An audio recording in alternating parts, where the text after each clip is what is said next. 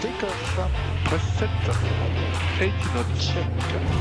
Air France, de Tango, bonsoir, de Tango 3, ligne 08, gauche et attendez. Eh bien, bonsoir, de... bonsoir, de par l'attend Air France, en deux ans. Good morning, ladies and gentlemen. You're all very welcome to Route Air Flight already 401 to London Heathrow.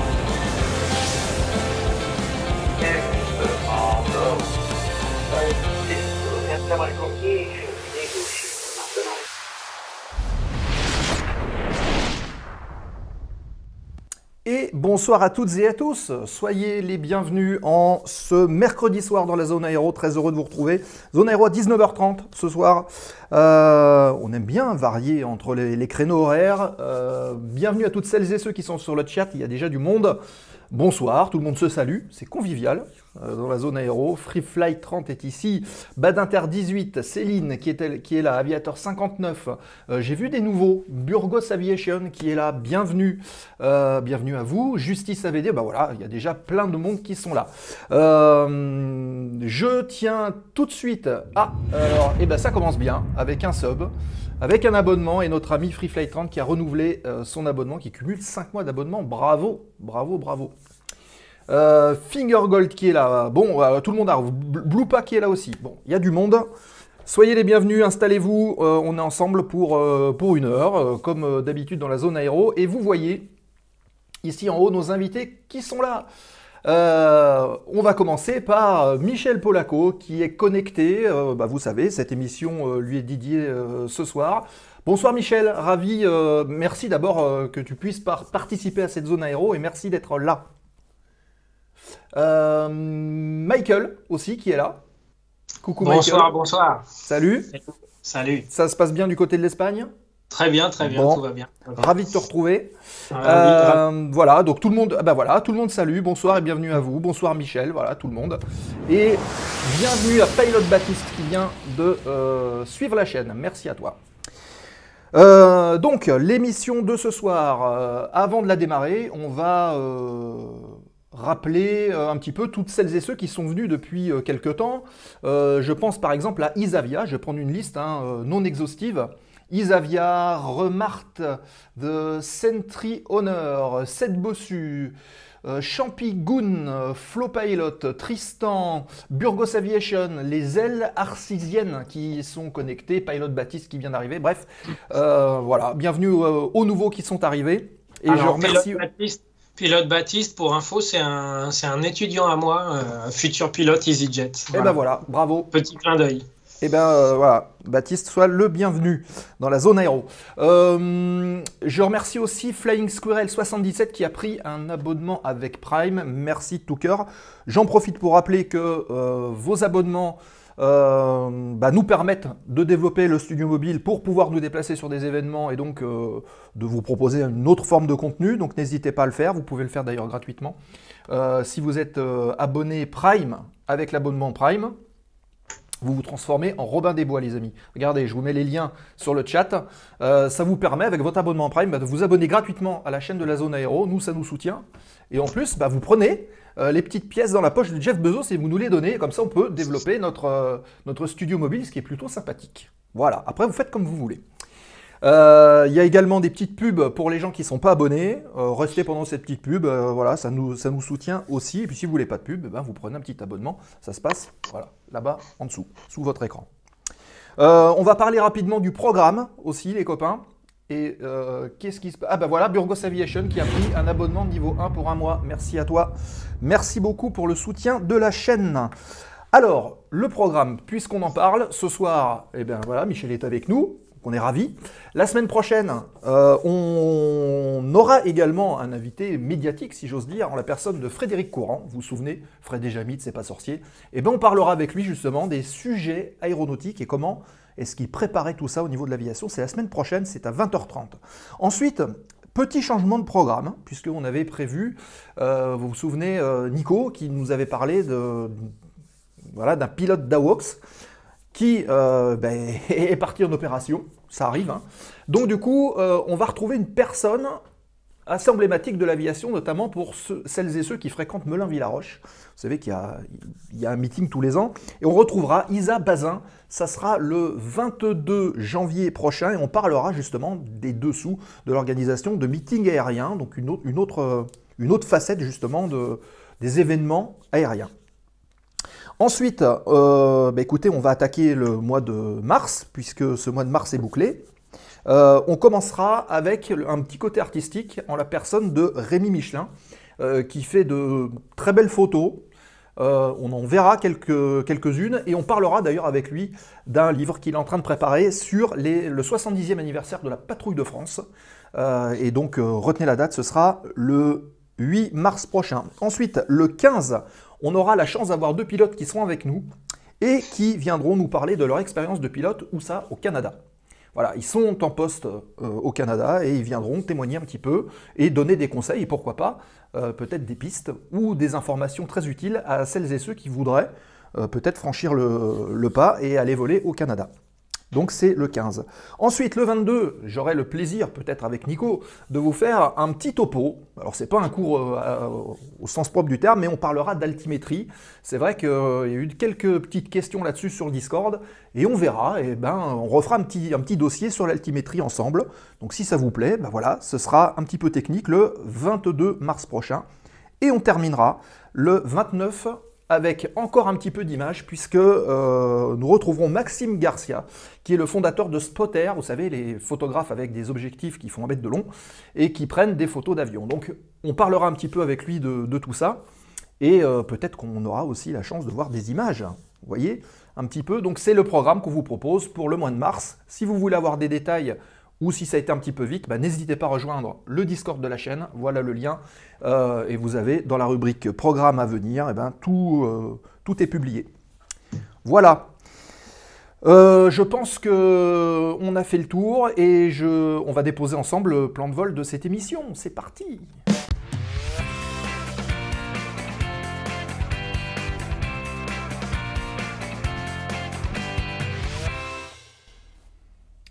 Et donc le dépôt du plan de vol, comme d'habitude, de l'émission de ce soir, et on va faire apparaître le G1000 ici. L'actualité du terminal dans quelques instants avec 3 petites news, ça va être assez rapide, enfin 3 news, pas forcément des news, mais voilà, 3 petites actus dont je souhaitais vous parler.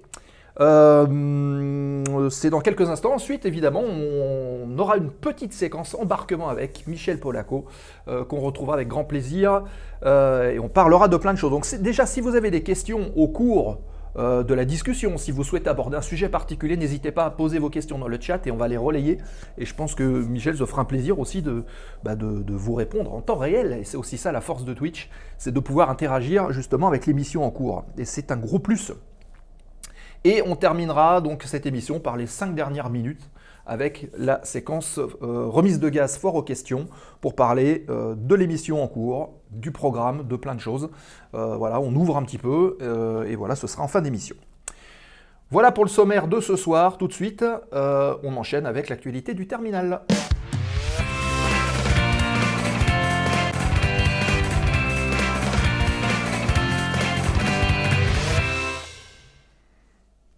Et on est parti pour l'actualité du terminal, le temps de changer de caméra, comme ça, voilà, coucou, on se voit mieux. Et première news, vous voyez ces 2 beaux avions, alors c'est un concept art, hein, voilà, très clairement. Hop, on va afficher nos invités aussi, parce qu'on ne les voit pas. Ils sont où? Hop, est-ce qu'ils sont là ou pas? Bon, c'est pas grave, on les affichera. Hop. Ah oui, c'est le bouton. Hop, Team c'est ici, voilà. Donc le Global Combat Air Programme, qu'est-ce que c'est? Et ben en fait, il vient d'avoir une avancée en tout cas sur ce Global Combat Air Programme, et pour résumer les choses, ce sont des industriels italiens qui ont formalisé leur participation avec, donc le programme s'appelle programme Tempest, il existait déjà, et il vient d'avoir l'adhésion du Japon, qui vient de les rejoindre, et l'objectif de cette fusion du programme Tempest et du programme FX, c'est ce Global Combat Air Programme. L'objectif, c'est de fabriquer tout simplement un chasseur de 6e génération. Vous savez, On en est à la 5e, notamment avec les Rafales en France. Et ben voilà, c'est de continuer le développement et de proposer justement ça. L'objectif, il est clair, hein, c'est de remplacer les Eurofighter Typhoon de la Royal Air Force et de l'armée de l'air italienne, et aussi les Mitsubishi F2 japonais, les faire évoluer, hein, ce pas des avions qui sont tout récents. Voilà, donc la prochaine phase va consister à continuer à formaliser un peu plus le développement de ce programme. Et sachez qu'il y a déjà 6 milliards d'euros qui ont été investis depuis 2021 pour l'avancée de ce groupe. Alors, ce Global Combat Air Programme, il vient directement en concurrence d'un programme européen et français, on va dire, qui s'appelle le SCAF. Donc le SCAF, c'est le système de combat aérien du futur, qui est en cours de développement par Dassault Aviation et Airbus, et qui lui aussi a pour objectif de faire évoluer les différentes flottes, notamment les Rafales français, mais aussi les Eurofighter espagnols et les Eurofighter allemands, le tout d'ici 2040. Donc vous voyez, on est vraiment en phase de développement. Voilà, le SCAF, sympa le nom de notre programme, exactement, et bienvenue Skyflyer Aviation. Voilà pour on va dire la première news. Hop, et on enchaîne avec la deuxième. Vous avez vu des belles photos d'avions avec de nouveaux appareils classés collection qui pourraient reprendre les vols. Alors on espère qu'on va avoir la chance de les voir en vol, ces avions-là, puisque la DGAC vient de mettre à jour la liste des aéronefs de collection. C'était il n'y a pas très longtemps. Donc de nouveaux appareils qui seront immatriculés en CNRAC. Alors qu'est-ce que ça veut dire? Ça veut dire le certificat de navigabilité restreint d'aéronefs de collection. Il faut savoir que certains aéronefs sont particuliers et donc nécessitent la mise en place d'un programme, notamment particulier d'entretien, mais pas seulement, de qualification de plein de choses. Et donc, on met en place des certificats de navigabilité d'aéronefs de collection, justement pour pouvoir les faire voler et puis préserver un petit peu le patrimoine.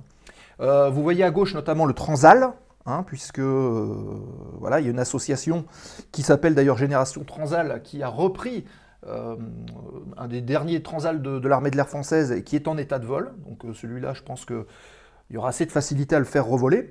Mais pas que, il y en a d'autres. Et par exemple, le Tracker 24 que vous avez à droite, qui a été récupéré à Montélimar, si je ne m'abuse, au musée de l'aviation de chasse de Montélimar. Donc cette nouvelle liste a été publiée le 18 janvier dernier. Elle comprend à peu près 20 nouveaux appareils qui ont été rajoutés. La dernière édition de cette liste datait de 2011, donc vous voyez, c'est pas récent. Elle avait été révisée en 2017, donc c'est pas tous les jours qu'on peut rajouter des avions de collection. Oui, Pierre, tout à fait, ils sont sur la BA 101 de Toulouse.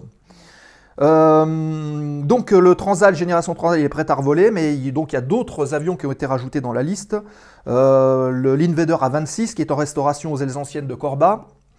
Le F-86 Sabre, il y a un Dornier DO-28A1, un Cessna 120 ou encore un Morane Saunier 760B Paris.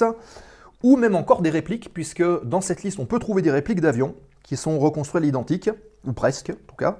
Je pense par exemple au Fokker A1 Heindecker ou au SPAD 7, qui sont des avions assez, des avions de conception très ancienne.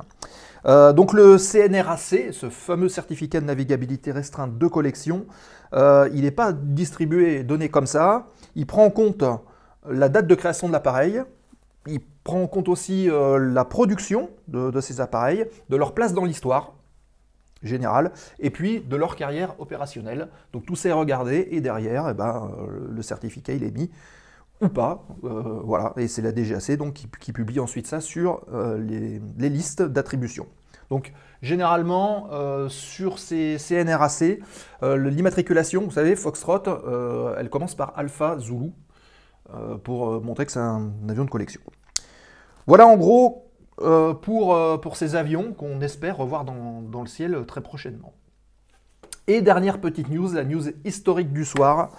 Le 8 février 1919, vous voyez, ça commence de dater, première liaison commerciale régulière entre la France et l'Angleterre.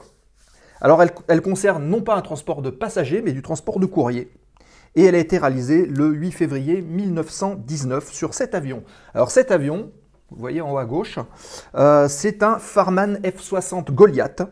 donc un bimoteur, qui a été fabriqué en France en 1919, début 1919. Oui, mise en application rapide. Hein. Il a été construit à peu près à 60 exemplaires. Alors il y en a eu des civils, il y en a eu des militaires. Il a battu plusieurs records d'ailleurs de durée de vol aux alentours de 1920. Il est équipé de 2 moteurs en étoile, des moteurs donc Salmson 9 ABD de 230 chevaux chacun.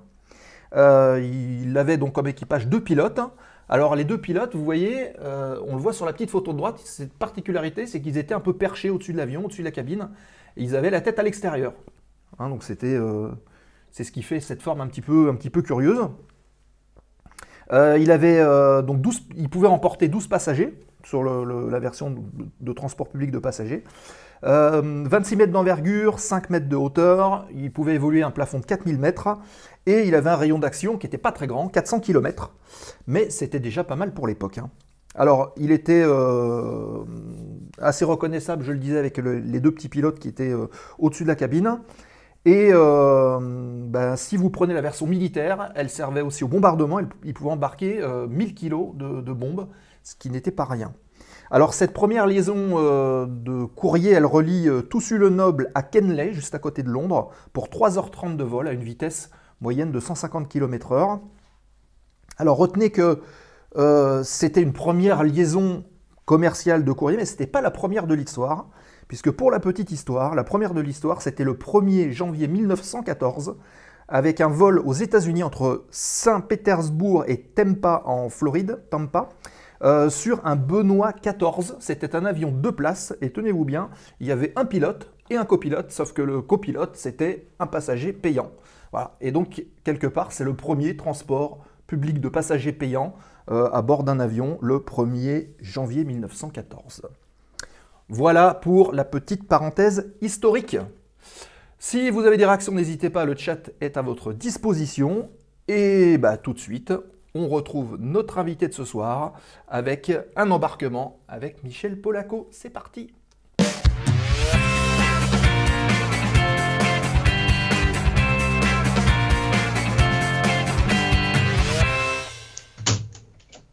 Et on est parti pour...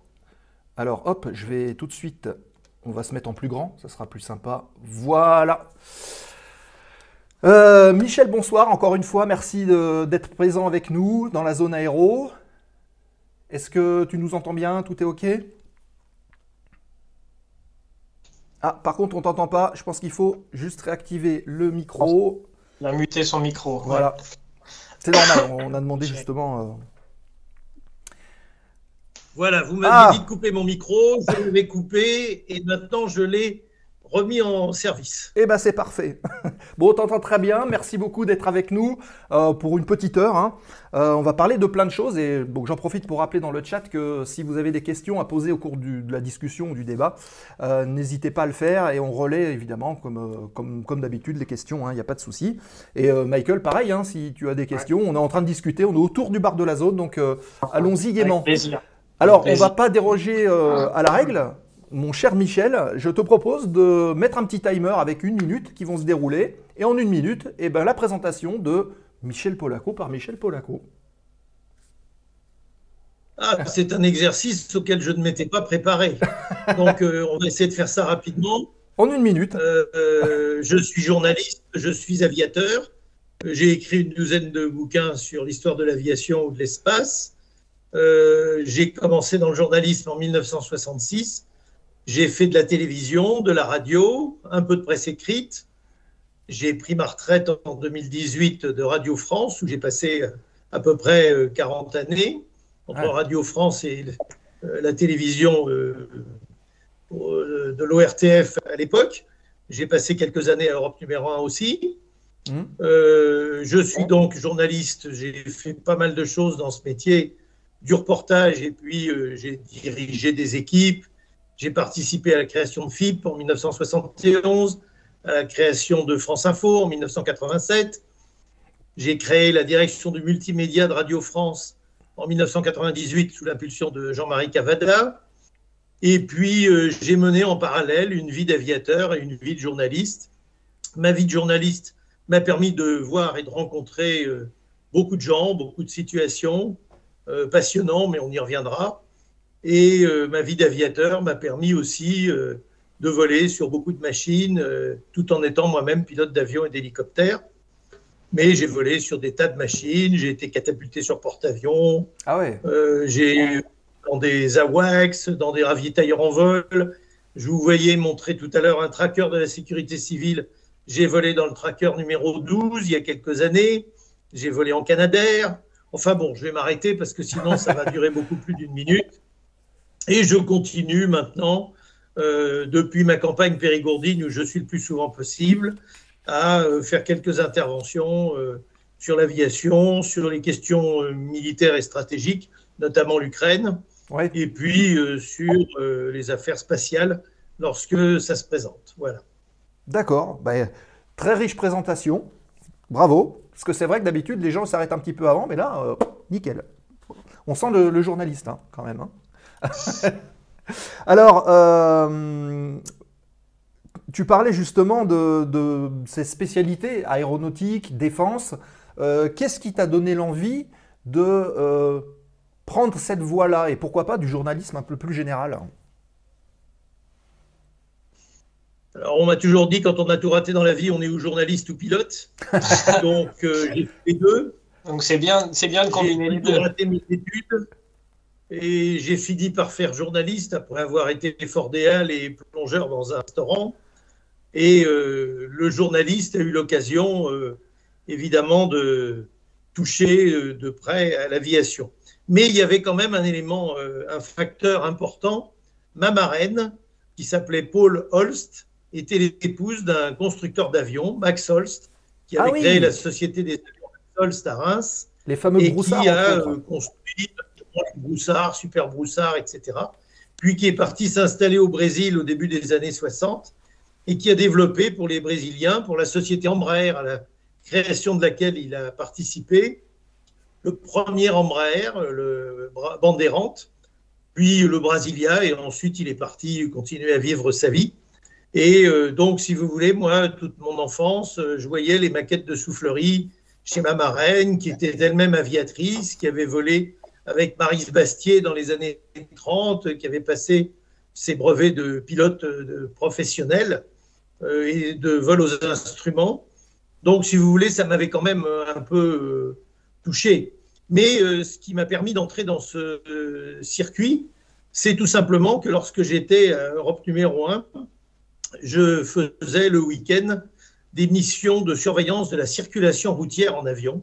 Et donc, je me suis retrouvé dans des avions avec des pilotes très sympathiques qui m'ont fait découvrir une aviation, évidemment, que je ne connaissais pas. Moi, j'avais pris une seule fois l'avion dans ma vie pour aller en Angleterre en colonie de vacances, enfin en vacances studieuses, ça s'appelait. Et j'avais pris le train à la gare du Nord, la Flèche d'Argent, ça s'appelait, qui nous amenait au Touquet, où on montait dans un avion sur l'aéroport du Touquet, à la descente du train, directement. Le train arrivait sur l'aéroport. Et puis ensuite, on s'était posé à Southend-on-Sea. Et donc, j'ai fait mon premier vol en Vickers Viscount. Et puis, donc, une dizaine d'années après, je me suis lancé dans l'aviation et j'ai passé mon brevet de pilote à Sarlat, pas loin d'ici, à l'aéroclub de Sarlat. J'ai volé aussi un peu à Toussus-le-Noble et puis ensuite, je me suis inscrit, j'ai créé un aéroclub à Europe 1, je me suis inscrit avec toute une équipe d'Europe 1 à l'aéroclub Hispano-Suiza à Pontoise, que j'ai jamais quitté depuis 1976 et dont je suis devenu le chef pilote, que je suis toujours d'ailleurs.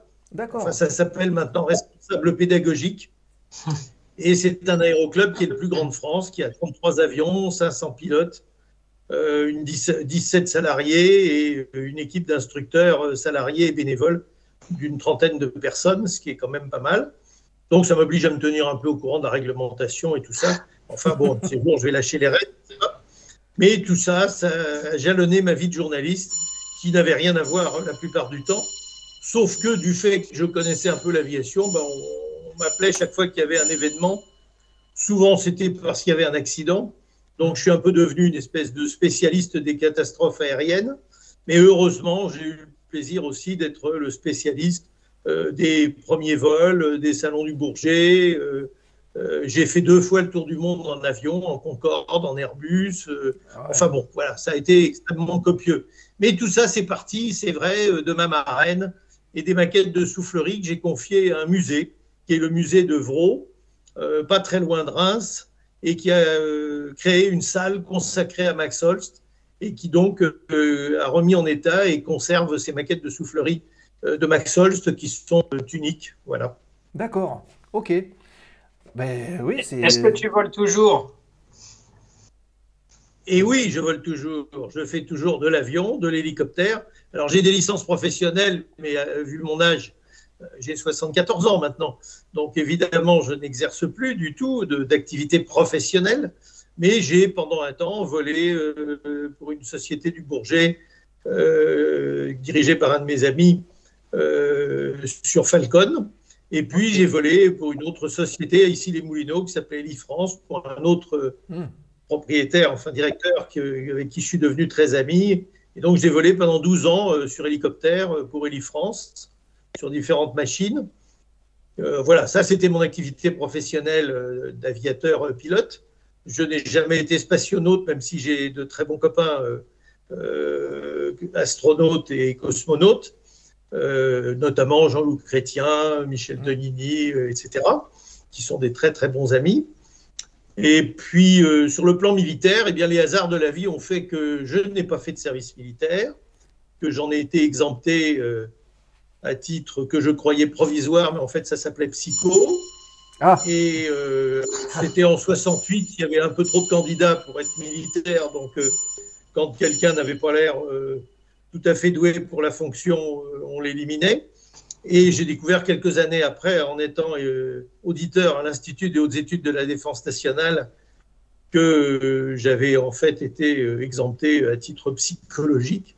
Donc je n'ai pas fait de service militaire, mais les hasards de la vie ont fait qu'il y a une douzaine d'années, une quinzaine d'années, le chef d'état-major de l'armée de l'air, Stéphane Abrial, m'a appelé, m'a proposé de devenir colonel dans la réserve citoyenne de l'armée de l'air, qui a été créée quand on a cessé la conscription pour pouvoir constituer autour des chefs d'état-major des groupes de travail et de gens utiles aux armées.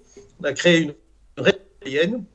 Et dans cette réserve citoyenne, eh bien, j'ai la chance de rencontrer des gens passionnants, des militaires bien sûr, mais aussi tous les gens qui, comme moi, sont colonels dans la réserve citoyenne et qui sont de milieux tout à fait différents, de toutes extractions syndicales, politiques, industrielles, scientifiques, etc. Donc voilà, c'est ma vie de militaire a commencé alors que j'avais 60 ans passés. Ah bah mieux vaut tard que jamais, comme on dit. Hein.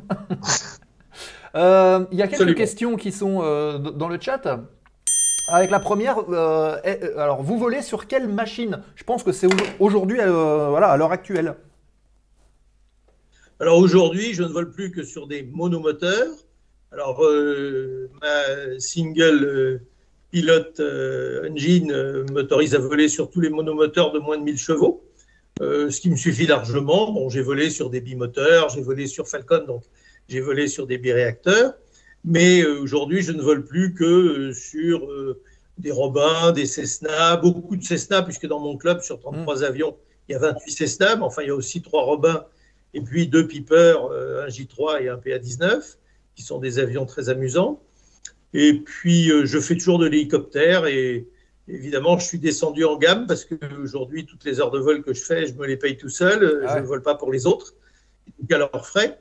Donc, j'ai arrêté l'écureuil monoturbine, biturbine, la gazelle, l'alouette et toutes ces choses. Je ne vais pas vous faire le catalogue. Et je vole sur Robinson 44 essentiellement, soit en région parisienne, à partir de l'héliport d'ici les Moulineaux le plus souvent, soit en Périgord, où nous avons un héliclub qui en ce moment est un peu sinistré, mais qui en temps normal possède 2 hélicoptères que j'utilise comme ça pour faire des petits vols courts, pour aller boire un coup chez un copain, mais pas d'alcool évidemment quand je pilote. D'accord. Ben justement, il y a une autre question d'Aviateur 59 qui nous dit: est-ce que tu préfères piloter un avion ou un hélico finalement? Ben, ça dépend pour quoi faire. Évidemment, j'ai beaucoup de plaisir, il faut être très honnête, à piloter un hélicoptère, parce qu'un hélicoptère, ça prend beaucoup, ça demande beaucoup de capacité manœuvrière, ça demande beaucoup de sensibilité. L'avion, c'est plus simple, si je puis dire. Mais pour aller d'un champ vers un autre champ, c'est plus commode d'avoir un hélicoptère. Oui. Pour aller d'un aéroport à un aéroport, c'est beaucoup plus rentable d'avoir un avion, parce qu'un avion, ça coûte entre 3 et 4 fois moins cher à l'heure de vol qu'un hélicoptère. Donc, si vous voulez, quand je dois me déplacer, ça m'arrive de temps en temps de me faire plaisir et de me déplacer par des moyens aériens. Par exemple, pour aller voir mon ami René Fournier, qui a 102 ans à Amboise et qui a été l'inventeur et le constructeur des fourniers, des motoplaneurs. Il a inventé le motoplaneur. D'ailleurs, l'Académie de l'espace, l'année dernière, l'a récompensé en lui remettant son grand prix. Eh bien, je prends généralement, je loue un avion et j'y vais en avion parce qu'une heure, 1h30, sans qu'il se passe quoi que ce soit, sans avoir besoin de se poser dans l'intermédiaire, l'avion va très bien. Mais quand je vais chez un de mes copains dans le coin, dans le Lot, dans l'Aveyron, en Dordogne, à 20 minutes de vol, etc., eh bien là, je prends plutôt un hélicoptère et puis je vais me poser chez les gens et je me pose dans leur champ ou dans leur jardin s'il est assez grand. Et c'est quelque chose de très excitant. Et d'ailleurs, c'est toujours une attraction pour les gens à qui on rend visite. D'accord. OK. Voilà, il y a quelques questions qui passent dans le chat. Une remarque de MLN208 qui nous dit « Hispano-Suiza Pontoise, eh bien, vous avez dû connaître mon père. » Alors, il faudrait peut-être donner un nom. Comment s'appelle-t-il ? Voilà, on pose la question, est-ce que MLN208 peut nous dire, ou nous donner un petit peu plus de détails, et puis on va demander à Michel. Et puis oui, voilà, c'est quoi un motoplaneur? Donc un planeur équipé d'un moteur qu'on peut aussi couper en vol pour faire du planeur, etc. Voilà. J'ai vu une question intéressante tout à l'heure. Surtout qu'il y a des performances de... Oui, voilà. Un prénom seulement, Philippe. Est-ce que ça te parle? Initial, des Philippe, j'en ai connu beaucoup. Des pilotes instructeurs, des pilotes élèves, des pilotes tout court. Vous savez, on est 500, on a une histoire à l'époque. Évidemment, j'en ai connu beaucoup. Il y en a que je n'ai pas rencontrés. Moi, je ne connais pas aujourd'hui tous les pilotes qui volent dans l'aéroclub dans lequel j'exerce mes responsabilités. Mais j'en connais pas mal quand même. Alors, Freeflight 30 qui nous dit le RF6B a été le meilleur avion que j'ai pu piloter, le meilleur avion école que j'ai pu piloter. Et puis, il y a une question qui s'apparentait un petit peu à ce que tu disais tout à l'heure, quand on t'appelait en tant que spécialiste malheureusement des crashs. Il y a une question de Justice AVD qui dit « Quel est votre avis sur le dernier crash au Tibet ?» Donc, l'ATR qui s'est crashé au Tibet. Ben, vous savez, il faut toujours être prudent avec les avis parce que tout le monde a des avis et tous les avis ne sont pas obligatoirement à retenir.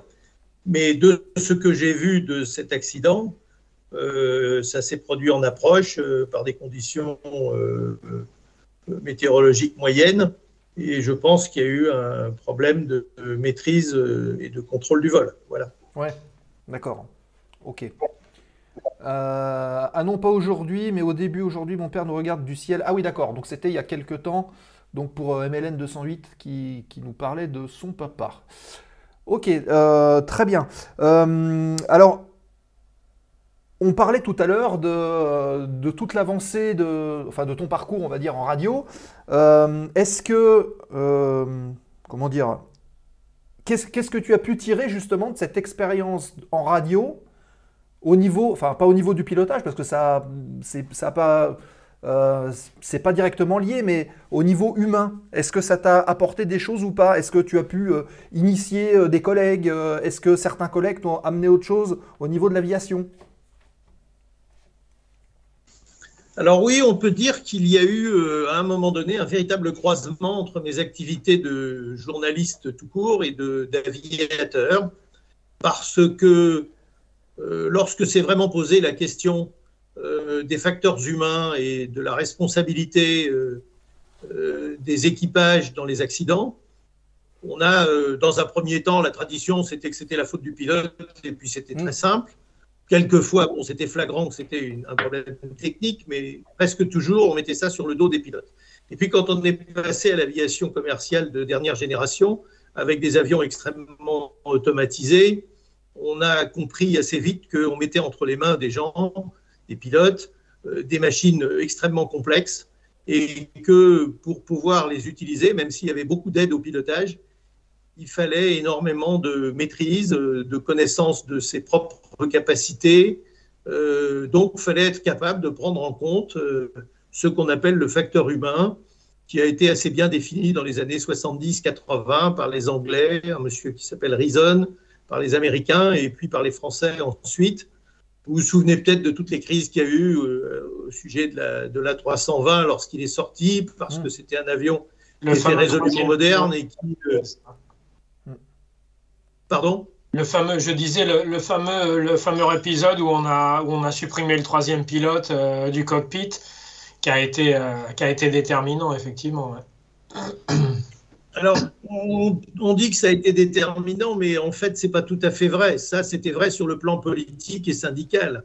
Mais il ne faut pas oublier qu'il y avait de très, très longues années que des avions étaient pilotés par deux membres d'équipage exclusivement, dont les Caravelle qui avaient été vendus à l'étranger, dont tous les Boeing 737 ou les DC-9, MD-80 ensuite, 90, etc., qui sont sortis aussi à la fin des années 60, dans le courant des années 60. En fait, si vous voulez, le pilotage à deux, ce n'est pas quelque chose de nouveau. Mais c'est vrai que en France, la suppression du mécanicien navigant, de l'officier mécanicien navigant, a été quelque chose qui a été l'objet d'une très très forte solidarité de la part des pilotes, et ça a donné lieu à des incidents graves et à des polémiques épouvantables, qui n'étaient pas en lien direct avec les quelques accidents qui se sont produits, parce que quand on est deux et qu'on fait le con, ça se termine mal. Quand on est trois, ça se termine mal aussi. Et je peux vous raconter bien des histoires d'avions qui étaient équipés, qui avaient des équipages à 4 ou à 5, parce qu'autrefois, il y avait un pilote, un copilote, un mécanicien, un navigateur et un radio. Vous voyez, c'est 5 personnes à bord. Et avec 5 personnes à bord, eh ben, Marcel Cerdan, il s'est écrasé aux Açores. Donc, si vous voulez, le nombre, effectivement, peut servir, mais le nombre n'est pas obligatoirement une garantie. La garantie, c'est du bon matériel, un bon entretien, un bon contrôle de la navigation aérienne. C'est un équipage et des équipages bien formés qui connaissent leurs limites, des aéroports bien équipés et la sagesse qui est indispensable pour tout le monde et qui permet d'entreprendre ou de ne pas entreprendre certains vols, de se dérouter lorsque les conditions ne permettent pas de poursuivre un vol vers la destination qui est prévue. Et puis, je rajouterai un point encore, c'est la sûreté, parce que l'aviation est aussi victime de terrorisme, de folie. Et vous avez l'avion de Germanwings qui s'est écrasé parce qu'un copilote était malade psychiquement. Vous avez des cas de terrorisme très nombreux, il y a eu une grande époque de détournement. Et c'est vrai que tout ça, ça a pourri la vie des passagers. Aujourd'hui, prendre l'avion, c'est un parcours du combattant entre les fouilles, les contrôles de police, etc. Mais c'est devenu aussi quelque chose qui est un facteur fondamental de la sécurité et qu'on appelle la sûreté quand il s'agit des questions de police. D'accord. Oui, remarque de Skyflyer Aviation, la F447, ils étaient 3 à bord. Alors, oui, excusez-moi, je n'ai pas fait le lien avec mon métier de journaliste. Le fait d'avoir travaillé sur le facteur humain, sur le comportement, sur le mieux se connaître, mieux connaître les autres, etc. Ça m'a beaucoup aidé dans mon métier de dirigeant, de manager, parce que j'ai fait ça pendant plus de temps à la radio. Et c'est vrai que j'ai toujours essayé de comprendre l'erreur et de ne pas attribuer d'office des notions de faute lorsque quelque chose se passait mal. Quand ça se passe mal, faut chercher l'erreur. Il peut y avoir des fautes, mais souvent il y a des erreurs et très souvent elles sont partagées et partagées par beaucoup. Vous prenez l'accident de l'avion d'Air France entre Rio et Paris. C'est vrai que au bout du bout, vous avez un équipage qui n'a pas réussi à maîtriser un avion dans une situation légèrement critique, mais qui n'était que légèrement critique. Mais d'un autre côté, il y avait déjà eu une quarantaine d'incidents qui n'avaient pas vraiment été pris à leur mesure. Donc les équipages n'étaient pas véritablement préparés à l'idée que ça pouvait se produire.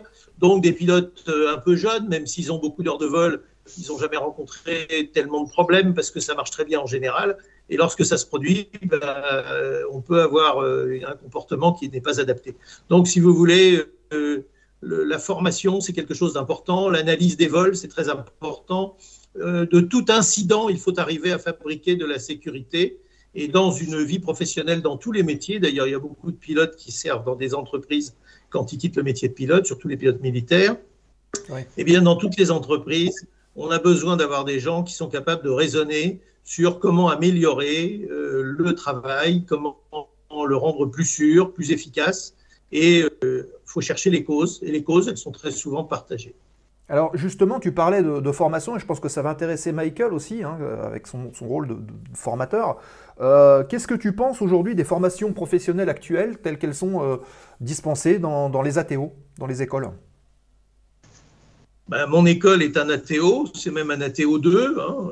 On a des premiers ATO qui a été attribués à un aéroclub en France. On fait des pilotes, comment dirais-je, VFR et des pilotes vol aux instruments, des pilotes IFR.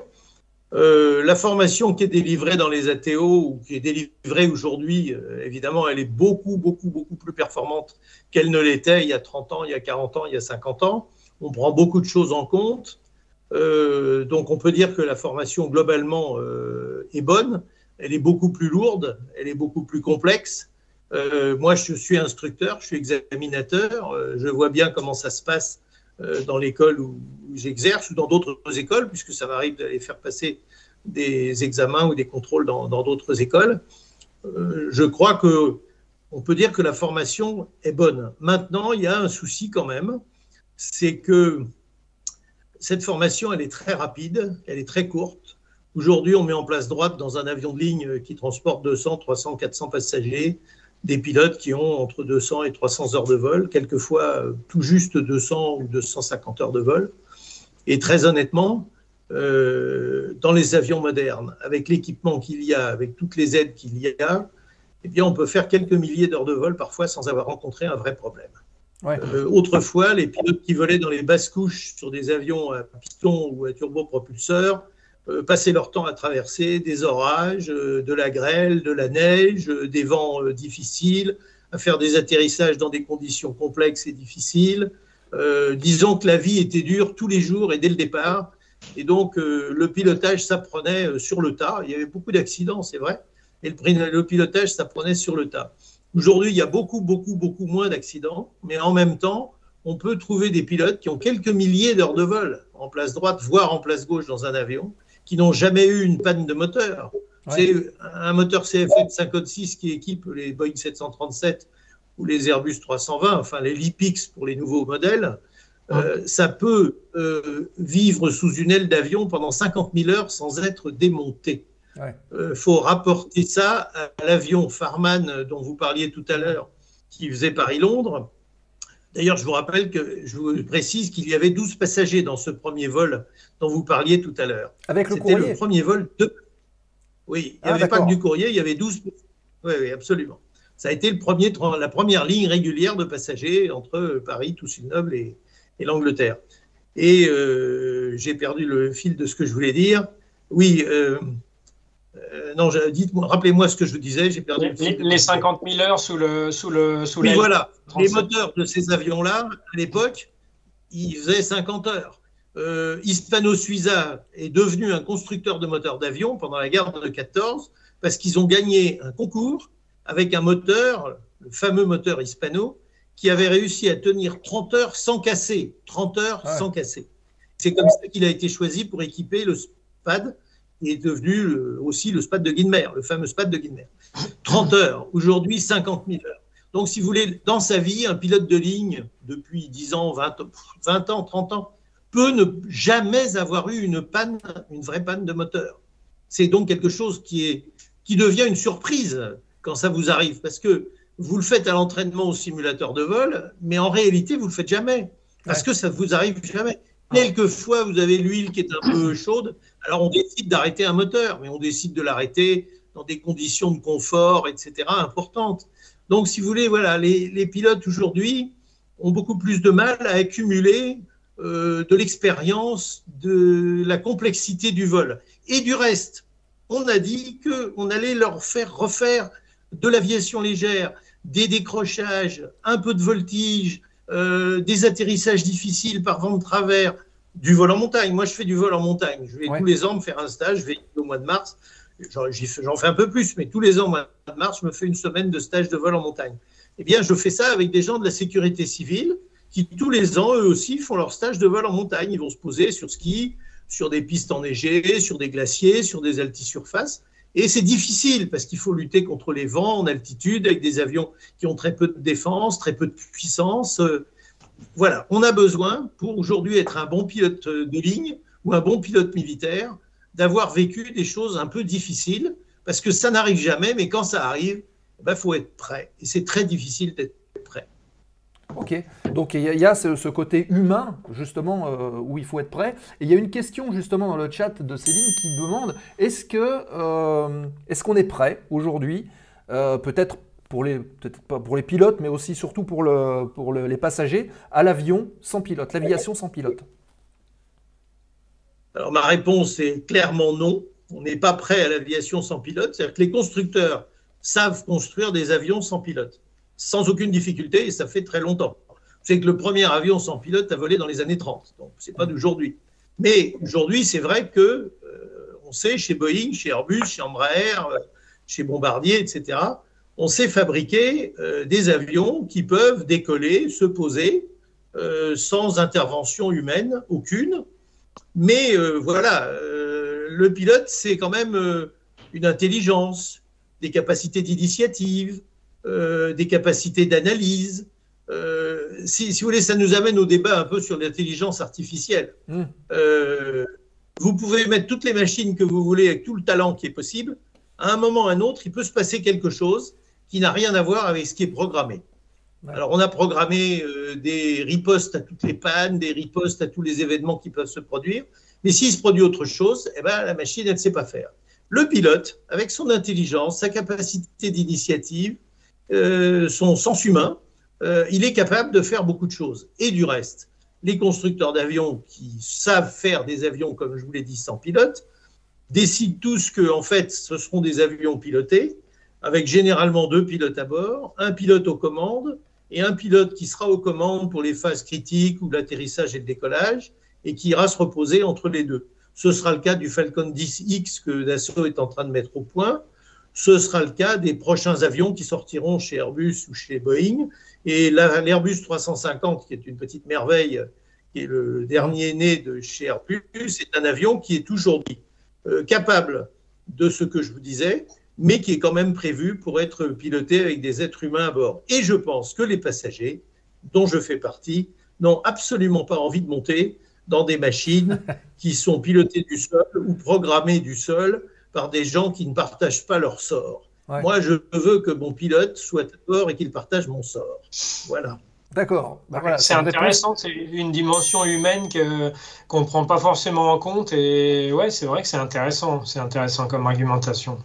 Il faudrait venir faire des conférences dans les écoles d'aviation pour que ça rentre un petit peu plus dans les mentalités, effectivement. C'est très bien. Quand vous voulez, moi, vous savez, je suis passionné par tout ça. Et d'ailleurs, je l'ai appris d'autres pilotes et d'autres ingénieurs, parce que je fréquente pas mal d'ingénieurs aussi. Je l'ai appris d'astronautes, de cosmonautes qui, eux aussi, ont eu à gérer des situations extrêmement difficiles. Et c'est vrai, on sait faire des sondes et les envoyer sur Mars, il n'y a aucun doute. Mais est-ce qu'une sonde nous dira ce qu'un homme pourra nous dire quand il ira sur Mars ? Et sur le thème de la sécurité, j'ai une petite anecdote là-dessus. C'est vrai que c'est assez drôle. Il y a quelques temps, j'étais à un dîner avec un ensemble de groupes de pilotes qui étaient tous dans une compagnie aérienne low cost qu'on connaît tous, qui commence par Ryan et qui finit par Air. Et en fait, parmi le groupe de 10 personnes, il y avait le seul commandant qui a connu une panne moteur chez Ryanair en vol, une vraie panne moteur en vol en fait. Donc c'est pour dire combien c'est. Vous vous rendez compte ? Ouais, c'est rarissime, Et vous vous rendez compte de ce que vous dites, parce que Ryanair, c'est presque 400 avions depuis 20 ans. Effectivement. 400 avions, gigantesques. Ouais. Et ou EasyJet, c'est 350 avions. Et ce sont des compagnies, je du bois parce qu'il faut toujours être très vigilant. Mais ce sont des compagnies qui, très franchement, sont très sûres, qui ont des équipages qui sont très performants, aussi performants sans aucun doute que les compagnies dites majeures. Et ils ont quasiment pas d'incident parce que les avions sont bien entretenus, que le matériel est de très bonne qualité. Cela dit, ils rencontrent parfois des problèmes. Vous vous souvenez peut-être d'un avion de Ryanair qui a eu des soucis de carburant en Espagne, etc. Parce que, à un moment ou à un autre, l'être humain peut, comment dirais-je, peut être téméraire. La témérité, ça tue. Ouais. On ne peut pas être téméraire dans l'aviation. C'est comme ça. Moi, j'ai fait des bêtises aussi. On en fait tous. Mais le problème, c'est d'arriver à se retenir de faire des bêtises. Dès qu'on est téméraire, dès qu'on accepte de prendre une tonne de carburant en moins, dès qu'on accepte une impasse technique, etc., on commence à se mettre en situation complexe. Et c'est toujours là que d'autres situations complexes viennent s'ajouter et qu'à un moment donné, on est débordé. Ouais, donc, voilà. Mais je suis entièrement d'accord avec vous. Des compagnies comme ça, comme je vous le disais tout à l'heure, peuvent avoir des pilotes qui n'ont jamais eu de leur carrière. Ouais. C'est un effet qui est encore plus pervers parce qu'en plus, chez les pilotes, on voit bien qu'il y a une certaine accoutumance à la sécurité qui fait que effectivement, on peut se retrouver très vite en hypovigilance quand il y a vraiment un vrai problème réel qui arrive en fait. Et ouais, c'est vrai que finalement, les avancées technologiques mettent un peu de côté l'humain et pour le coup, ouais, c'est vrai que ça peut avoir des effets pervers. Il y a eu récemment des incidents, hein, on a un peu entendu parler, il y a eu quelques rapports du bureau enquête, analyse, etc., liés justement à l'hypovigilance parce que ça va bien, on est bien, et on peut d'un seul coup se retrouver dans une situation difficile, voilà. Ok. Réaction justement sur le chat de Mélène208 qui dit êtes-vous d'accord Michel pour reconnaître que malheureusement les accidents d'avion du passé permettent d'améliorer l'aviation d'aujourd'hui? Je pense au Mont-Saint-Odile à Tenerife et ce genre de choses, ça va avec hein. Alors les accidents d'hier, bien sûr, on en a tiré des enseignements et ils ont aidé à amener de la sécurité, mais n'oubliez pas qu'aujourd'hui, vous avez environ 30 000 avions qui volent dans le monde, qui font, je ne sais plus, 30 millions d'heures de vol, un truc comme ça, ce qui est absolument considérable, et que vous avez à peu près 5 crashs par an. Ouais. Sur ces 5 crashs, vous en avez rarement 2 qui se ressemblent. C'est-à-dire vous en avez un qui est plus près du facteur humain, qui est plus près du facteur technique, etc. Quelquefois une collision dans laquelle les responsabilités sont parfois du contrôle, on l'a vu en Suisse ou des choses comme ça, ou de mauvaises procédures. Oui. Moi, je me souviens de ce débat qu'il y avait sur est-ce qu'on utilise les systèmes d'alerte anti-collision ou est-ce qu'on utilise les indications et les consignes des contrôleurs. Et pendant des années, on n'a pas voulu trancher. Jusqu'au jour où 2 avions sont entrés en collision en Allemagne et où on a dit, bon, bah, maintenant, il faut arrêter, il faut trancher. Et la machine, le système anti-collision, faut être clair, il est bon. Donc, le réflexe du pilote, suivre les consignes données par le système anti-collision. Mais on a mis 15 ans ou 20 ans à accepter ça. Et un accident. Donc, et un accident. Mais si vous voulez, voilà, mais si vous voulez 5 accidents par an, c'est pas ça qui va permettre véritablement d'améliorer l'aviation. En revanche, tous les incidents, on demande aux pilotes de faire des comptes rendus. Dans l'aviation générale, ça s'appelle des CRESAG, des comptes rendus de sécurité d'aviation générale. Dans l'aviation commerciale, ça porte d'autres noms. On ne va pas entrer dans ces détails, mais disons que le pilote sérieux, le steward sérieux, le chef de cabine sérieux, le mécanicien au sol sérieux, tous ceux qui participent à la sécurité de l'aviation, chaque fois qu'ils sont témoins d'un événement, même s'il n'a pas donné lieu à quelque chose de grave, doivent le signaler. Et ils le font. Et aujourd'hui, on a une base de données qui est absolument fantastique et qui sert. Alors, elle ne sert pas suffisamment à mon sens. D'ailleurs, l'accident de l'avion d'Air France Rio-Paris en est une illustration. Moi, je me suis battu pendant des années pour que les bases de données des accidents et des incidents soient publiques.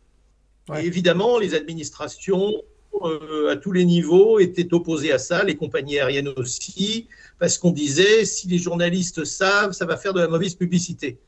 Sauf que si ça fait de la mauvaise publicité, c'est vrai que c'est ennuyeux, mais d'un autre côté, si on laisse passer pendant plusieurs années des incidents et que personne ne les relève et que donc on ne prend pas des mesures pour éviter qu'ils se reproduisent, eh ben, on condamne des gens à mort. Ah ouais. Et il est certain, si vous voulez, que le fait de ne pas avoir pris de mesures pour, comment dirais-je, traiter des pannes qui sont mineures sur un avion, c'est une panne. Eh bien, le fait d'avoir véritablement traité ces incidents, développer des procédures et sensibiliser les équipages, eh bien, c'est une des causes, à mon sens, de l'accident qui s'est produit sur l'Atlantique.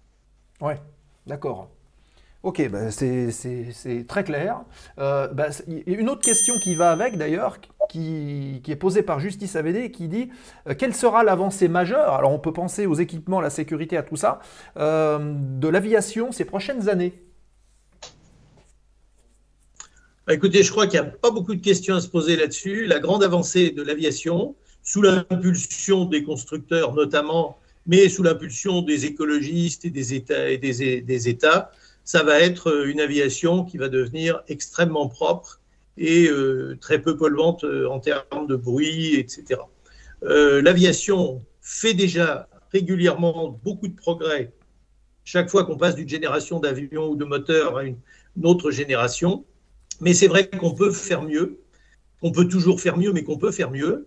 L'aviation s'est engagée à être zéro rejet en 2050. Je pense qu'elle y arrivera. Et je pense que l'aviation de 2050, elle se fera probablement avec des avions qui ressembleront beaucoup, ou qui seront même ceux que vous voyez sortir aujourd'hui de chaîne, mais en revanche, avec des procédures, des manières de conduire et d'organiser les vols, avec des carburants qui sont en train d'évoluer, avec des moteurs qui seront plus évolués aussi. Et donc, ça, voilà, je ne crois pas qu'on va avoir des avions qui ressembleront à des trucs bizarres qu'on n'imagine pas.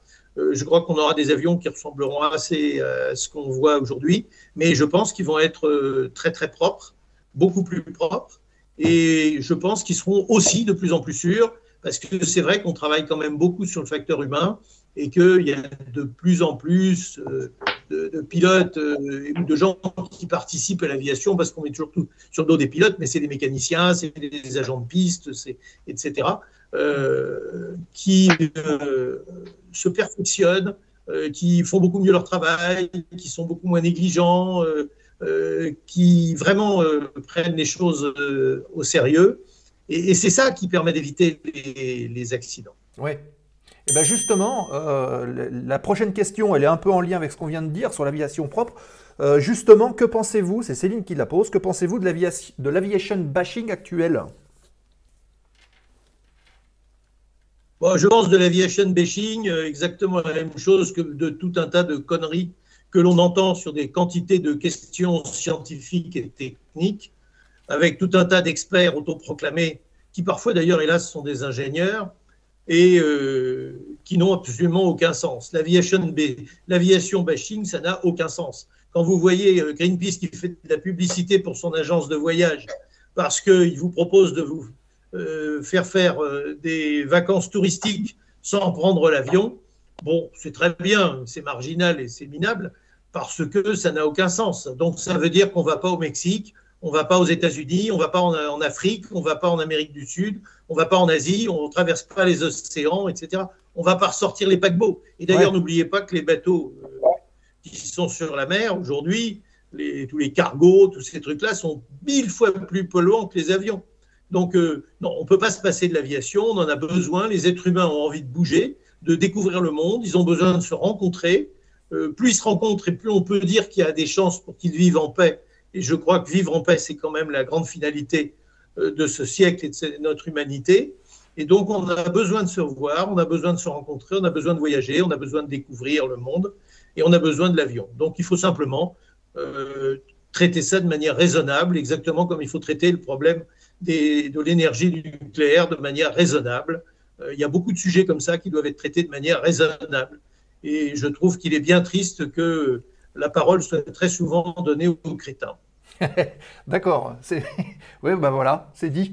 Petite question d'Aviateur 59 qui demande: pensez-vous que les dirigeables style Zeppelin pourraient revenir, soit pour le transport de matériel ou des personnes, du fait de son côté écologique? Alors, je ne le pense pas. D'abord parce que je conteste le côté écologique, vu que pour faire un Zeppelin ou un ballon en général, il n'y a pas que des Zeppelins, il faut des moteurs, et les moteurs, mine de rien, c'est aussi des moteurs qui consomment du carburant, qui polluent, etc. Et si on veut mettre des batteries, il faut des batteries qui sont en soi des pollutions. Elles sont très lourdes, donc ça veut dire qu'il faut en avoir beaucoup. Donc il faut aller piller tout un tas de pays de leur lithium et de leurs matériaux rares, etc. Et le Zeppelin ou le ballon en général est extrêmement sensible aux conditions météorologiques. Il est lent et il est sensible aux conditions météorologiques. Donc, si vous voulez, toutes les études sérieuses qui ont été faites, à mon sens, ont montré que c'est amusant, c'est sympathique, c'est nostalgique. Mais vous voyez, Airbus, par exemple, quand ils ont lancé l'Airbus 380, ont envisagé pendant un temps de transporter les pièces très importantes, très lourdes et très grosses avec des ballons entre l'Allemagne, la Grande-Bretagne et Toulouse, ou Saint-Nazaire, etc. Et finalement, ils y ont renoncé parce que c'était d'une complexité inouïe, d'un coût astronomique, d'une incertitude quant à la régularité complète. Non, je crois que le ballon a disparu comme l'hydravion a disparu de l'aviation commerciale. Ça va avec l'histoire. Hein. Le ballon, il est né en 1783 avec les frères Montgolfier, puis avec Charles et Robert pour les ballons à gaz. Et Nadar a fait de la photo et Garnerin a lancé le parachutisme. On a fait un très beau dirigeable qui s'appelait la France dans les années 70 et ça n'a pas donné grand-chose. Il était électrique, hein, je vous rappelle. Et puis, voilà, la guerre de 14, on a fait des saucisses volantes. Ça m'amusait d'ailleurs parce que l'autre jour, quand on a vu qu'il y avait des ballons qui survolaient les États-Unis, ça m'a rappelé quand même que pendant la guerre de 14, pardon, mais même la guerre de 39, on mettait des ballons en l'air. Le ballon, c'est très fragile, c'est très facile à abattre, c'est pas du tout adapté au monde moderne. L'avion est beaucoup plus adapté au monde moderne. Voilà, donc c'est d'un autre temps en fait. Hein. Oui, c'est sympathique. Autant les gens qui font de la montgolfière ou du ballon à gaz, je les comprends parce que c'est magnifique, c'est silencieux, c'est une manière de survoler la campagne ou la planète qui est absolument magnifique. Mais je pense que ça s'arrête là. On reste dans la beauté et on n'est pas dans l'efficacité industrielle et commerciale qui est une nécessité pour le transport aérien. Ouais. Alors bonjour à Joe Brable qui vient d'arriver aussi sur le chat et bonjour à Oncle Fernand qui vient d'arriver. On parlait tout à l'heure de tes travaux de bouquins justement. Est-ce que tu as un prochain bouquin qui est en cours d'écriture ou une idée de bouquin qui serait susceptible, à ton avis, d'être intéressant de réaliser? Eh bien non, je n'ai pas de prochain bouquin en cours. J'avais quelques idées, mais je n'ai pas trouvé d'éditeur, donc j'ai renoncé à les écrire. Voilà, mon dernier livre est paru il y a 4 ans. C'était un livre sur pourquoi des avions s'écrasent-ils encore. C'était un livre sur la sécurité que mon éditeur a voulu évidemment appeler Crash, pourquoi des avions s'écrasent encore, ce qui ne m'a pas beaucoup plu parce que je ne voulais pas faire un livre sur les crashs, mais un livre sur la sécurité, ce que j'ai fait. Ouais. C'est le dernier que j'ai écrit. Depuis, je n'en ai pas fait. Puis je suis devenu un peu paresseux en prenant ma retraite. J'ai beaucoup travaillé. Voilà, 55 ans de journalisme, bien tapé. Ça va. Peut-être qu'un jour, je m'y remettrai. Mais a priori, pour l'instant, je n'ai pas de projet. J'avais très envie de faire un livre sur Jacques Brel et l'aviation parce que Jacques Brel était un pilote brillant et un remarquable passionné d'aviation. Mais finalement, je n'ai pas trouvé d'éditeur à l'époque pour les 30 ans de l'anniversaire de sa mort. Et quand on a mis son avion, le Jojo, sous un hangar à l'abri aux îles Marquises, et depuis, son ancien instructeur a écrit un livre dans lequel il raconte assez bien ce qu'il est bon de savoir, parce que c'était un personnage très attachant. Moi, je dois dire que je voue un culte à Jacques Brel, comme chanteur, comme être humain bon vivant. et comme aviateur, parce que ça a été un aviateur, un vrai modèle, un aviateur extrêmement sérieux, d'une très très grande rigueur. Et vous savez, il était très malade. La fin de sa vie, il faisait plus de voile. La dernière chose qu'il faisait encore, c'était de piloter pour rendre service et pour aider les gens isolés sur l'île sur laquelle il habitait, aux Marquises, et pour transporter des gens. C'était un type remarquable. Et vraiment, il y a beaucoup d'enseignements à tirer de la manière dont Jacques Brel a abordé l'aviation. Et c'était un bel ambassadeur. Alors Céline nous dit, on fait un financement participatif, Michel. Ben voilà, il y a des suggestions qui sont faites dans le chat. Bonne idée. Alors, on va dire qu'il est 20h40 en heure locale, 19h40 UTC. Ce que je vous propose, c'est de tourner la dernière page de l'émission, à savoir donc la foire aux questions remise de gaz, et de nous laisser 5 petites minutes encore avec Michel pour poser vos questions. Profitez-en, c'est maintenant, séquence foire aux questions remise de gaz.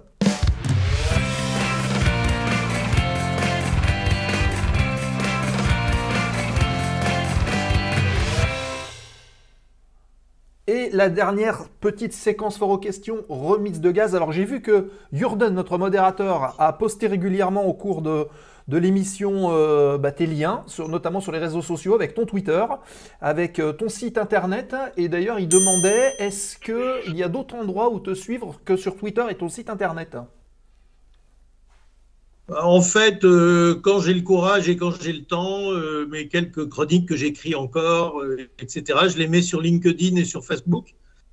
Quelquefois, je mets un lien sur Twitter, mais de moins en moins, je suis plus très Twitter. Voilà, LinkedIn, Facebook, et quelquefois, je les mets sur mon site. Mais bon, tout ça, c'est beaucoup de travail, et comme je le fais un peu pour moi tout seul, je m'en prive. D'accord. Mais bon, c'est vrai que j'ai plein d'histoires à raconter et que l'occasion, faisant le larron, j'ai été catapulté sur porte-avions, sur le Foch, j'ai plongé à bord du Redoutable avec 20 personnes de France Inter. Ah oui. J'ai fait quand même le tour du monde en avion. Et je dois avoir une centaine d'heures de vol comme passager à bord du Concorde, dont j'ai en plus eu la chance de tenir les commandes en vol et d'être lâché sur le simulateur par un pilote qui était un grand ami, qui s'appelait Jean Marco, et qui était le copilote de l'avion qui a terminé sa course à Gonesse. Voilà. Bon, j'ai eu la chance de vivre des moments formidables. On m'a confié les commandes. Jacques Roset, qui est décédé aujourd'hui, et Armand Jacob m'ont confié les commandes de l'Airbus 380 quand j'écrivais mon livre sur la 380 en 2007. Et j'ai découvert que j'arrivais à tenir les commandes d'un gros machin comme ça, tellement il était souple et agréable à tenir. Voilà, donc j'ai eu une vie d'aviateur absolument formidable et puis une vie de journaliste formidable, et les deux se sont extrêmement bien mêlés. Et si tu devais retenir justement un instant de vol, aux commandes ou en passager, peu importe, lequel tu choisirais, celui qui t'a marqué à tout jamais?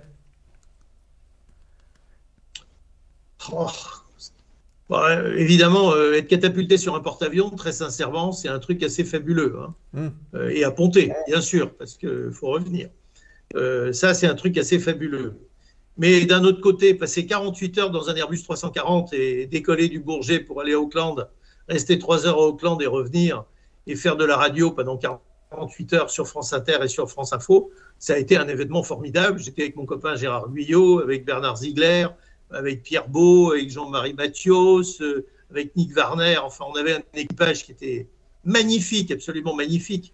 Ça a été aussi un moment formidable. Et vous savez, démarrer France Info, on a travaillé dessus pendant 1 an avec Jérôme Bellet, avec Roland Faure, avec Michel Meyer.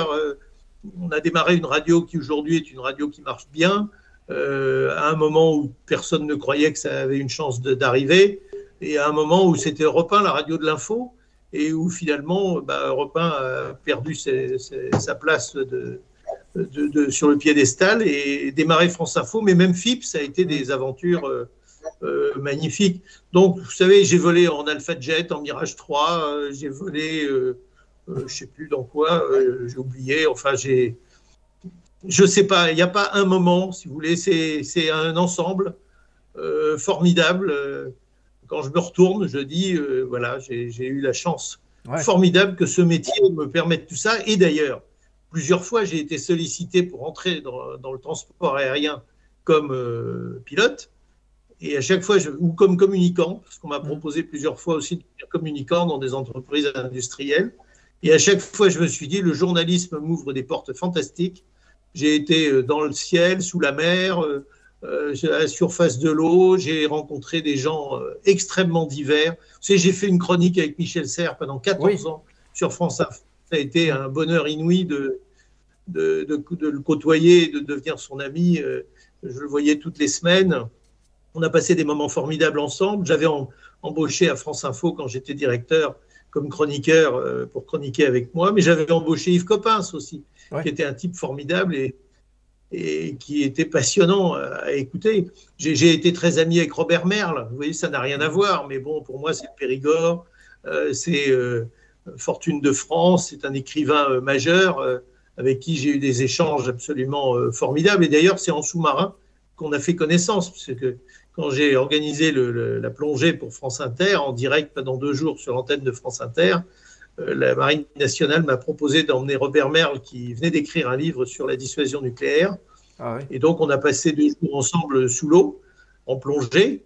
Et quand on est sorti de là, on a dit on ne se quitte plus. Et jusqu'à sa mort, lui, l'amiral Orsini, qui était un de mes amis, qui organisait ça, et puis ensuite Bruno Kremer, l'acteur qui avait tourné dans des films tirés d'ouvrages de Robert Merle, on se voyait plusieurs fois par an. Et donc ça aussi, c'est des chances fantastiques, vous comprenez. C'est mieux que de fréquenter tous les Hilton, les Sofitel du monde et de pouvoir draguer toutes les plus belles hôtesses de toutes les compagnies aériennes. Bah, on est dans le facteur humain, encore une fois, hein, finalement, ça va être le fil conducteur de l'émission de ce soir, le côté humain. Alors, il y a 2 petites questions que j'ai relevées dans le chat. La première, justement, on parlait d'humain. Quelles sont les qualités à avoir pour être un bon instructeur? Donc, c'est Badinter18 qui demande ça. Donc là, on s'adresse à l'instructeur. Bah, écoutez, je suis peut-être pas le mieux placé pour en parler parce que moi, j'ai eu des débuts un peu difficiles où j'étais pas très patient. J'ai eu des débuts un peu difficiles. Bon, maintenant, ça fait 40 ans, hein, 41 ans maintenant. Mais pour être un bon instructeur, je crois qu'il faut déjà bien connaître son boulot de pilote. Donc, il faut être bien formé. Et puis ensuite, je crois qu'il faut être évidemment un bon pédagogue. Il faut être tolérant. Il faut avoir aussi un petit sens du risque. Parce que qu'est-ce que vous voulez quand on lâche un pilote? Voilà, on n'est plus à bord. Hein, donc, il ne faut pas s'être trompé. Il faut avoir de l'intuition. Il faut avoir du bon sens. Il faut savoir faire confiance ou pas. Enfin, on a de la chance. En France, on a quand même une population d'instructeurs à tous les niveaux, que ce soit dans les aéroclubs ou les compagnies, qui est formidable. Moi, il y a quelques semaines, je suis allé assister à un contrôle à Air France fait par un de mes copains pilotes instructeurs. Je ne donne pas le nom pour ne pas, comment dirais-je, le mettre en situation difficile. Mais j'ai passé une journée dans la boîte avec lui et l'équipage, dont un de mes anciens élèves, il faut dire. Et j'ai été frappé de voir quand même la qualité de la formation aujourd'hui comparée à ce que j'ai pu voir il y a 20 ans ou il y a 30 ans, quand j'allais à Villegénis, où on formait les équipages à l'époque, où on les contrôlait. Non, on a fait des progrès formidables en termes de formation et on a aujourd'hui une population d'instructeurs qui est absolument magnifique. Il y a des cochons, il y a toujours des cochons, mais il y en a extrêmement peu. Voilà. Le tri se fait automatiquement. Et je pense qu'on terminera justement cette émission par cette petite question de Justice AVD qui dit « L'avion est un sujet d'actualité. Pourquoi n'y a-t-il pas plus d'émissions TV ou radio à ce sujet ?» C'est une très bonne question. Bah écoutez, il lui aurait fallu demander à mon ami Bernard Chabert, qui est décédé il y a quelques semaines, et qui avait réussi à monter l'émission Pégase à la force du poignet sur France 3. Il voulait faire un peu ce qu'a fait Pernou avec Thalassa, qui était aussi un ami d'ailleurs. Et je ne sais pas, peut-être que c'est vrai que ça coûte assez cher de faire des émissions sur l'aviation, de produire des images à la télévision. Je suis très copain avec Éric Maignan, dont vous avez diffusé des images tout à l'heure. Mais bon, c'est difficile de se renouveler en termes d'images, ça coûte très cher. Moi, j'ai essayé de vendre des émissions sur l'aviation à la première chaîne, à la deuxième chaîne, à la troisième chaîne, enfin bon, etc. pendant des années, puis j'ai abandonné. Bernard Chabert y est arrivé et il a réussi à tenir quelques années. Et puis, bon, lui aussi, il a été lâché. Il a monté Aeronews TV, qui est une chaîne sympathique, mais qui n'avait pas les moyens de se renouveler beaucoup, donc ça n'a pas été un grand succès. Non, c'est un peu triste, mais cela dit, vous avez aujourd'hui sur YouTube, vous avez aujourd'hui, grâce au cinéma, grâce aux chaînes de télévision qui quand même font des documentaires, la possibilité de voir quand même beaucoup de choses. Ouais. Voilà, on peut voir beaucoup de choses. On n'est pas dans le noir d'il y a 30 ans ou d'il y a 40 ans, entre les films d'archives, les images d'archives, tout ce qui peut être tourné aujourd'hui. Il y a quand même beaucoup de choses qui sont disponibles. Moi, je regarde encore des vieux films et je suis très à l'affût de ces choses-là. Ouais, puis en plus, il faudrait parler avec Nico, parce que c'est vrai que Nico, en plus, lui, toutes ces choses-là, il est fanat. Ah oui, mais je le comprends. Justice AVD, marrant. Vous êtes un grand journaliste spécialisé en aéronautique, pourquoi ne parler de la zone aéro à la radio? Bah oui, mais non, fais pas de promo.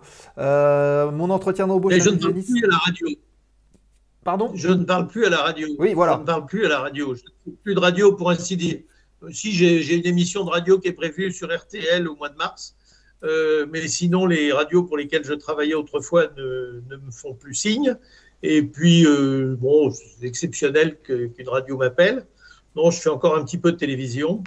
Mais vous savez, bon, j'ai pris ma retraite, il faut savoir s'arrêter. Et donc, je m'arrête. Et puis, bon, une fois de temps en temps, s'il y a une bonne conjonction entre Uranus et Saturne, que je suis à Paris, pas loin d'un plateau ou d'un studio, j'y vais. Et puis sinon, il y en a d'autres. Voilà.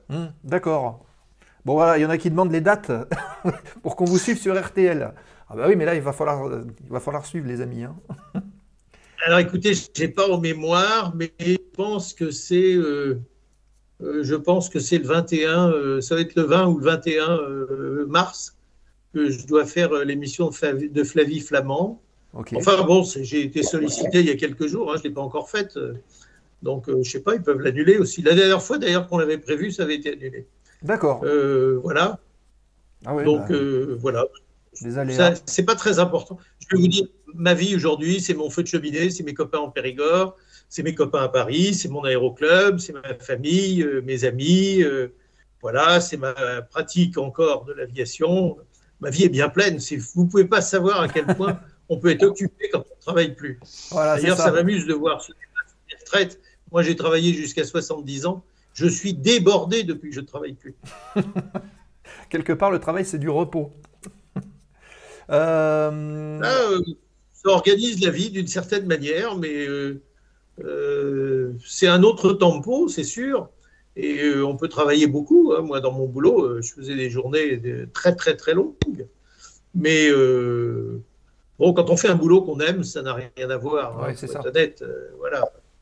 C'est vrai qu'il y a des travaux difficiles, pénibles, qui ne sont pas très enthousiasmants et que ces boulots-là, on n'a pas envie de les faire jusqu'à un âge avancé. Avec le foie gras, précise Finger Gold. Oui, c'est sûrement ça. Oui, mon foie est gras, effectivement. Freeflight 30 qui nous dit, avec un pote qui était journaliste à Radio France Gare Lozère, nous avions monté une série de reportages de 2 minutes qui passait dimanche matin. Ça durait 1 an. Bah, bravo pour l'initiative. Si vous avez l'occasion de le faire, n'hésitez pas à le faire. Oui, c'est bien. Ouais. Ok, bah écoutez les amis, merci en tout cas pour toutes vos questions. Oui, réaction d'Urden qui dit, si vous mettez un message sur Twitter et que vous suivez, vous saurez. Voilà, si tu mets un message Twitter quand tu passes à la télévision ou RTL ou ce genre de choses, au moins nous on pourra le relayer ici sans souci. Bah écoutez, je pense oui, mais bon, je ne le sais pas toujours longtemps à l'avance. Et puis quelquefois, je suis en voiture, on m'appelle, je m'arrête et boum, voilà. Hein, ah ouais, d'accord. Je fais un Skype, un FaceTime, un truc comme ça. Donc, je ne sais pas toujours à l'avance. Puis, d'un autre côté, j'ai une petite pudeur à faire ça, comme si je voulais absolument qu'on me voie, qu'on me regarde, ce qui ne me paraît pas du tout indispensable. La télé rend fou, il ne faut jamais l'oublier. Badatar qui dit, on te suivra avec plaisir. Donc, voilà, les gens, je pense que les gens apprécient ta participation ce soir dans la zone, en tout cas, au vu des questions et et de l'ambiance sur le chat. Je pense que c'était plutôt pas mal. Et de mon côté, je tiens aussi à te remercier pour avoir partagé justement l'encart. J'ai vu que tu l'as publié sur les réseaux sociaux qui annonçait l'émission. Et donc ça fait super plaisir. Un grand merci pour tout ça. Bien, merci beaucoup de m'avoir invité. Puis c'est toujours agréable de parler de soi. Donc voilà, ça a flatté mon ego. Merci beaucoup. Ah bah non, mais c'est avec plaisir. Et d'ailleurs, je pense que voilà, ça plaît dans le chat. Un plaisir de vous écouter, Monsieur Polacco. C'était super. Merci d'être venu. Merci pour le partage d'expérience, etc. Voilà, donc un grand bravo. On va le mettre. Hein, voilà. Merci beaucoup. Alors, ce qu'on va faire, c'est que je vais parler justement en fin d'émission de 2-3 petites choses. Ensuite, vous le savez les amis, on fera un raid sur une autre chaîne. Je ne sais pas encore ce qu'il y a, j'ai pas regardé, mais on le fera pendant le générique de fin. Michel et Michael, je vous propose de rester en ligne pendant quelques minutes. Le temps qu'on fasse le raid, comme ça on se retrouve juste après le générique. Et je vois, qu'est-ce qu'il y a? Eh bien, tiens, il y a Trake qui fait de la simulation. Il est sur Flight Sim 2020, donc on va aller faire un petit raid chez lui, voir un petit peu ce qu'il fait. Il sera en vol sur Simu, donc ça peut être intéressant. Alors, avant de préparer le raid, les amis, juste pour vous rappeler déjà, vous avez le nouveau site internet de la zone aéro, lazoneaero.fr qui est donc disponible, hein, vous pouvez aller récupérer des infos là-dessus et notamment les replays. Je vous invite à rejoindre le serveur Discord pour ceux qui ne l'ont pas encore fait, puisqu'il y a plein de choses, hein, le débat il continue, les échanges continuent sur Discord, il y a eu des photos d'ailleurs, je crois, cette semaine qui ont été postées par notre ami FreeFlight. Donc allez voir, hein, il y a des galeries, il y a tout un tas de choses, il y a des débats, il y a de l'histoire de l'aviation, il y a plein de trucs. Donc hop, je le mets le lien dans le chat, voilà. Le programme, la semaine prochaine, c'est Fred Courant, qu'on connaît tous dans C'est pas sorcier, qui viendra nous voir. Ce sera donc la semaine prochaine à 20h30, et Nico, qui sera revenu, qui sera là. Il sera en bonne forme, et Nico reviendra dans l'émission pour la semaine prochaine. Le programme, vous l'avez sur Discord aussi, dans Programme à venir. Donc voilà, j'ai fait le tour. Encore une fois, Michel, merci pour ta participation. Merci Michel. Bonsoir, c'était super intéressant. Merci pour votre émission une prochaine fois. Voilà, donc merci pour ta première participation de Sentry Honor.